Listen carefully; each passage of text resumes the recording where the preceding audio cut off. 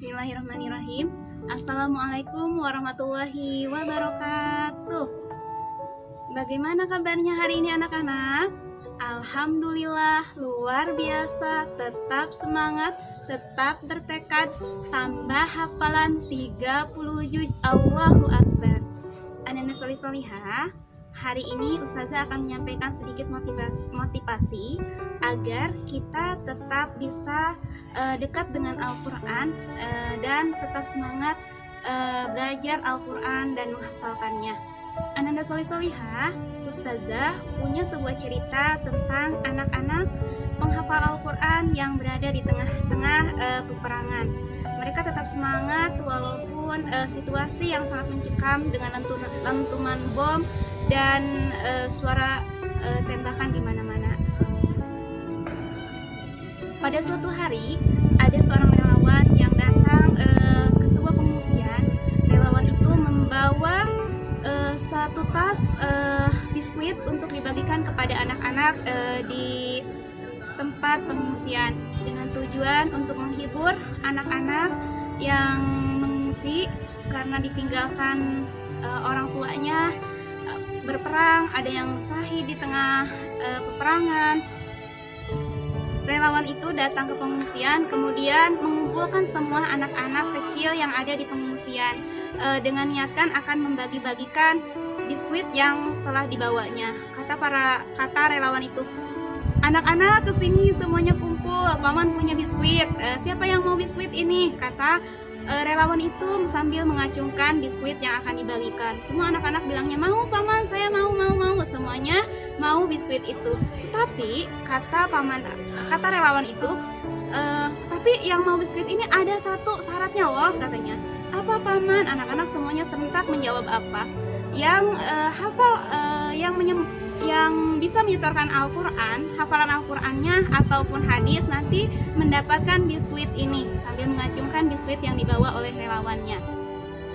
Kemudian anak-anak semuanya memurojaah hafalannya, ada yang memurojaah hafalan hadis, ada yang memurojaah hafalan Al-Qurannya.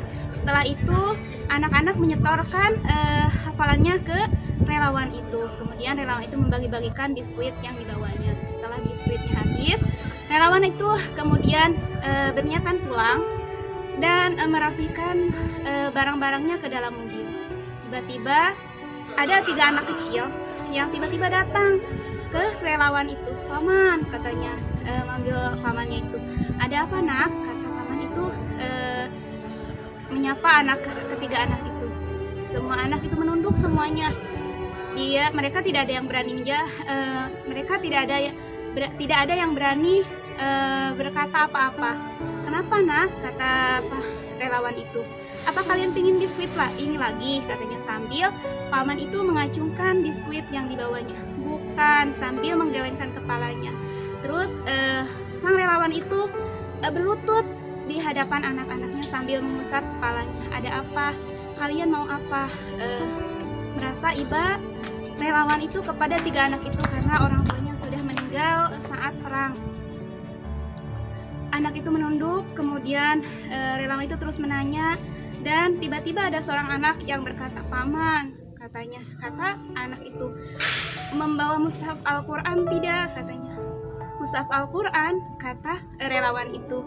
Kenapa nak kalian menginginkan mushaf Al-Quran itu? Iya paman, saya menginginkan mushaf Al-Quran itu. Di sini saya ingin menghafalkan Al-Quran, tetapi di sini tidak ada Al-Quran, sambil menggelengkan kepalanya. Nah, setelah itu pamannya menunduk.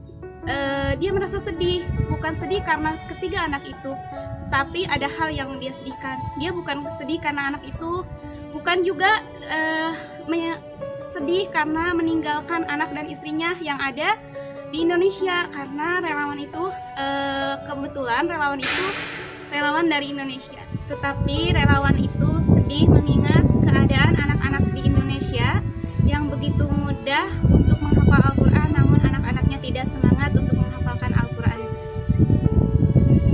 Kemudian relawan itu berjanji kepada ketiga anak itu, nak, nanti paman kalau balik lagi ke sini, paman akan membawakan mushaf Al-Quran untuk kalian. Kemudian anak-anak itu pergi meninggalkan relawan itu, dan relawan itu pun pulang meninggalkan tempat pengungsian. Pada suatu hari relawan itu datang lagi ke pengungsian itu dan membawa biskuit untuk dibagikan kepada anak-anak yang ada di sana. Ketiga anak itu pun datang lagi kepada relawan dan menagih janjinya. "Paman," katanya, "mana mushaf yang kemarin dijanjikan?" katanya. Kata paman itu langsung kaget. Relawan itu langsung kaget. "Masya Allah, saya lupa membawa Al-Quran." "Nak, maafkan paman lupa membawa Al-Quran." Kemudian anak-anak itu nangis ketiga-tiganya. "Paman itu gimana? Paman udah berjanji akan membawakan Al-Quran." Anak-anak itu nangis dan pergi meninggalkan relawan itu. Relawan itu pun sangat sedih dan kemudian balik ke tempat relawan. Dan pada suatu hari relawan itu balik lagi ke pengungsian dan membawa Al-Quran, dan kemudian dibagi-bagikan itu Al-Quran kepada anak-anak yang ada di pengungsian itu. Namun apa yang terjadi? Selang beberapa saat setelah Al-Quran itu dibagikan, masjid tempat mereka menghafal Al-Quran tiba-tiba dijatuhkan bom, dan anak-anak semuanya terhambur kemana-mana karena masjid itu diledakkan. Alhamdulillahnya anak-anak itu tidak ada yang meninggal, namun banyak yang terluka. Bayangkan Ananda Solihah, kita ini berada di Indonesia yang serba mudah untuk menghafalkan Al-Quran kapanpun dan dimanapun kita mau. Fasilitas untuk menghafal Al-Quran begitu banyak. Semoga di masa pandemik ini, meskipun kalian tetap di rumah, tetapi rasa cinta dan semangat kalian untuk menghafal Al-Quran selalu ada dalam diri kalian.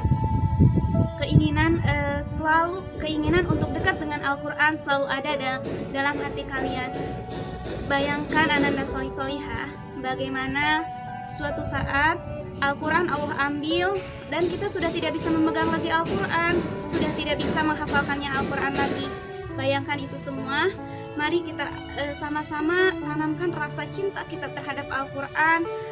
Setelah rasa cinta terhadap Al-Quran, keinginan selalu ingin dekat dengan Al-Quran, hadirkan dalam hati kita bagaimanapun keadaannya. Mungkin segitu yang bisa Ustazah sampaikan.